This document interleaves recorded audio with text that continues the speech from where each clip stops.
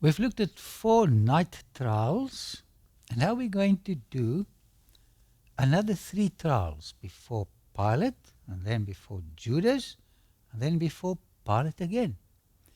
The first 4 were conducted by the Jews, the last 3 by the Romans. Christ was rejected. Last time we looked at his unique rejection. He, the God of heaven, being rejected by creatures. I'm sure you've had this experience of rejection. There are different kinds of rejection in life, and we have to handle it. And I think the best model to look at is the model of Christ. Someone else preferred you above someone else. They shouted that they reject him. Right out, we reject you. We don't want you. They shouted that they prefer Barabbas to Jesus. They shouted, crucify him, crucify him, crucify him. Take your rejection to Christ for comfort. And go through the pain. Pain has got a way of healing as well. Luke 23, verse 22, then he said to them the third time, why, what evil has he done? This is Pilate. I have found no reason for death in him. I will therefore chastise him and let him go. So they came to Pilate with a long list of reasons why Christ should be crucified, died. And then he said, but I find no fault in him. But to satisfy you, I'll chastise him. Verse 23, but they were insistent, demanding with loud voices that he be crucified, not lacerated, but crucifixion. This is all we want, Pilate. And the voices of these men and of the chief priests prevailed. Did Pilate really chastise Jesus? Because this was a very cruel type of punishment. Let us consult another witness. John, come and tell us. He says in 19 verse 1, so then Pilate took Jesus and scourged him. So 2 people confirm this. Eusebius mentions the incidents in Smyrna where people were chastised in such a way that their intestines were visible. Isaiah 53 verse 5, but he was wounded for our transgressions, he was bruised for our iniquities, the chastisement for our peace was upon him, and by his stripes we are healed. The verse says the chastisement of our peace was upon him. Without his chastisement, we would never have enjoyed peace. We would never have had the joy of experiencing the pleasant emotion of peace, was it not for the fact that Jesus was chastised. So whenever you have the emotion of peace, you can take it back to the time when Christ suffered for you. So peace was bought at a tremendous price. May we never forget what a tremendous price Jesus paid for our peace and for cleansing us of our sins. May we always abhor the ugliness of sin that caused the inhumane treatment of Christ. Mark 15, 16 to 18. Then the soldiers led him away into the hall called praetorium. And they called together the whole garrison. And they clothed him with purple, and they twisted a crown of thorns, put it on his head, and began to salute him, Hail, King of the Jews. So just about the same treatment he received in the judgment hall of Caiaphas, he now receives again in the praetorium. Verse 19, then they struck him on the head with a reed and spat on him. Second time of spitting. And bowing to the knee, they worshipped him. This was mocking a king. This was how they crowned a king in the Roman times. But what they actually did, they crowned Jesus as the King of salvation, the King of patience, the King of forgiveness. The Gospel of John says that every time they mocked him as the King of the Jews, they also smacked him in the face.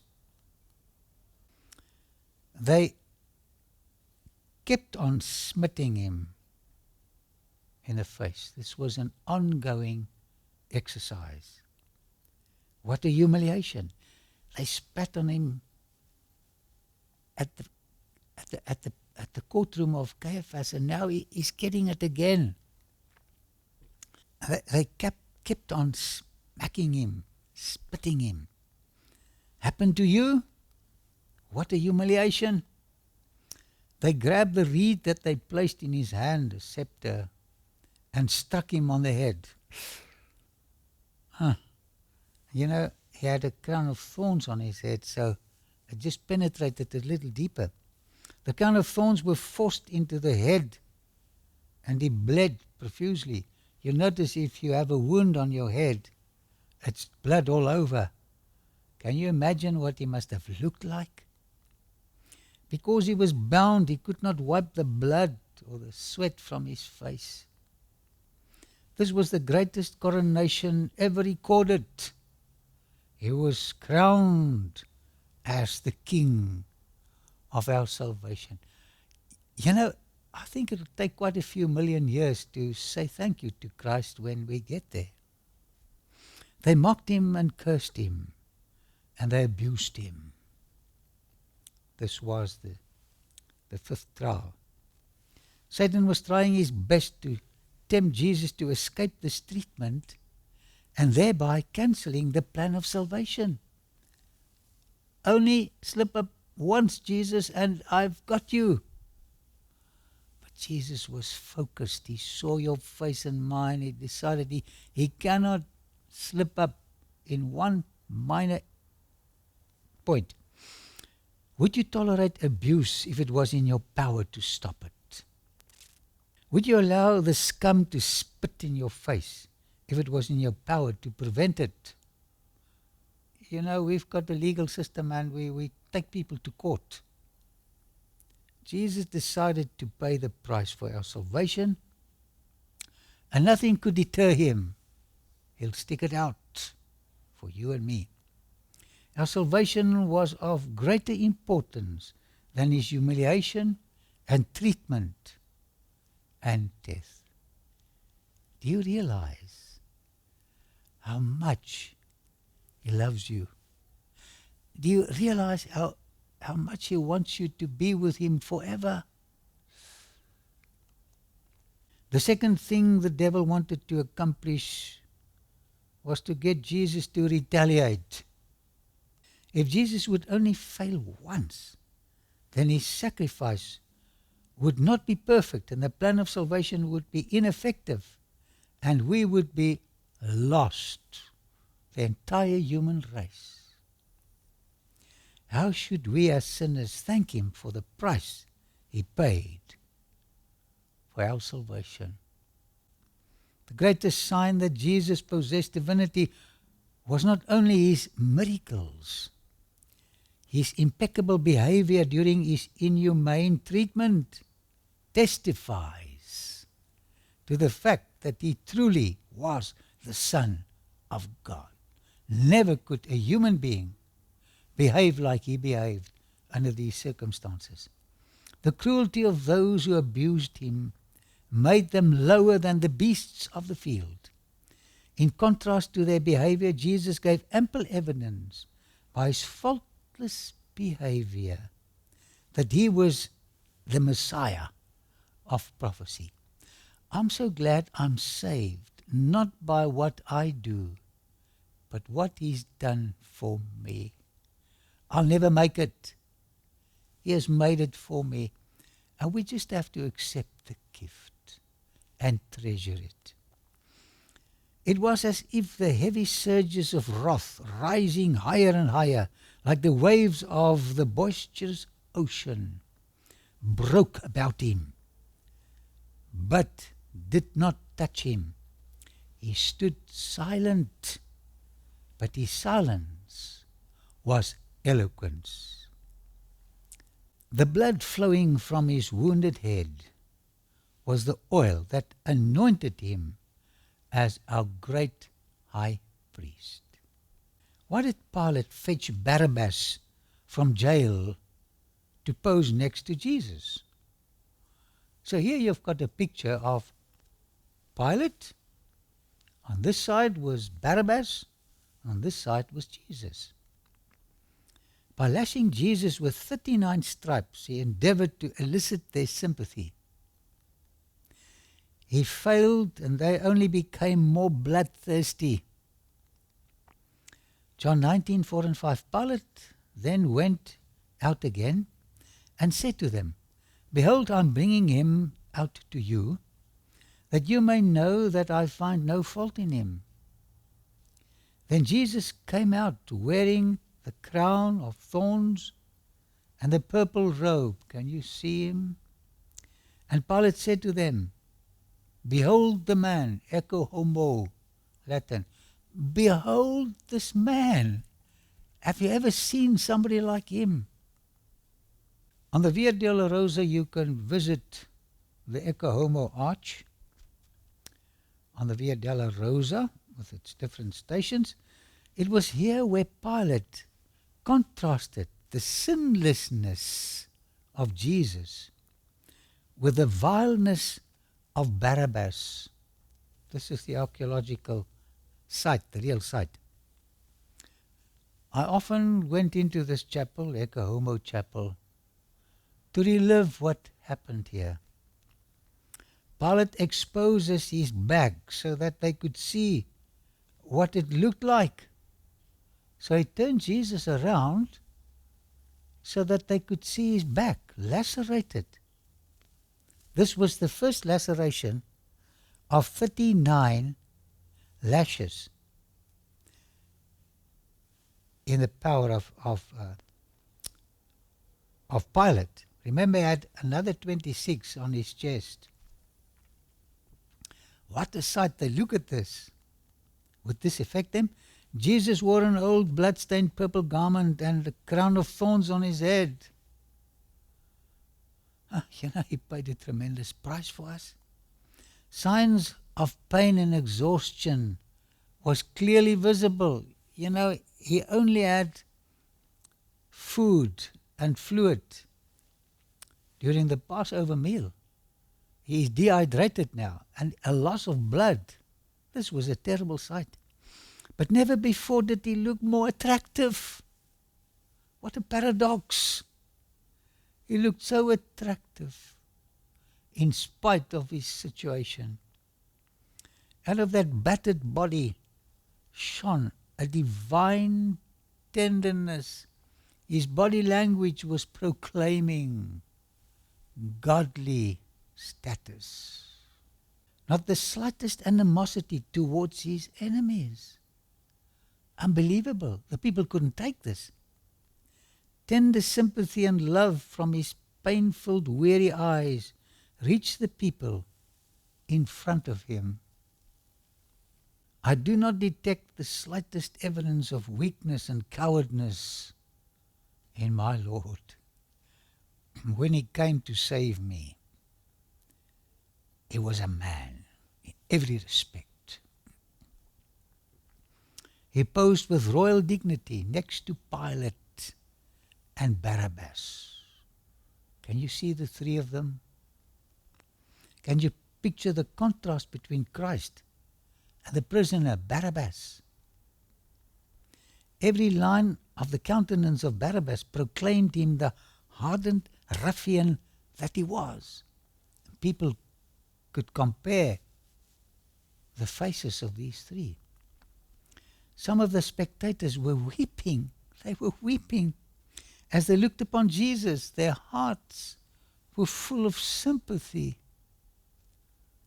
Even the priests and rulers were convicted that he was all that he claimed to be. Listen to John's account just before Jesus was crucified. Verse 6, chapter 19.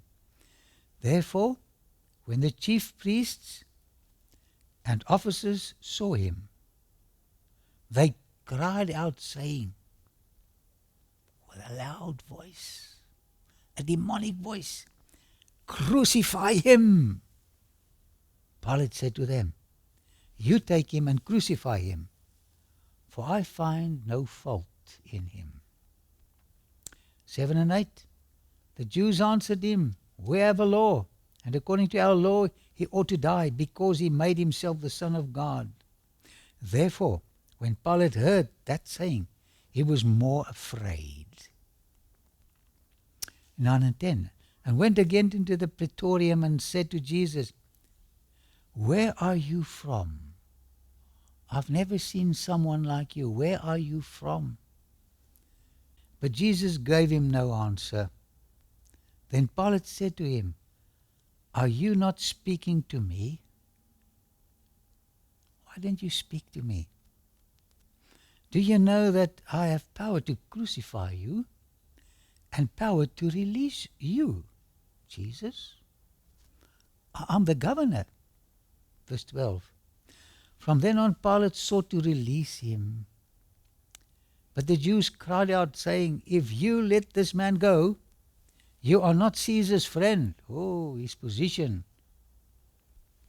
"Whoever makes himself a king speaks against Caesar." 13 and 14. When Pilate therefore heard that saying, he brought Jesus out and sat down in the judgment seat in a place that is called the Pavement, Lithostratos, but in Hebrew, Gabbatha. Now it was the preparation day of the Passover, and about the 6th hour. And he said to the Jews, "Behold your king." Ecce Homo, Latin. But they cried out, verse 15, "Away with him! Away with him! Crucify him!"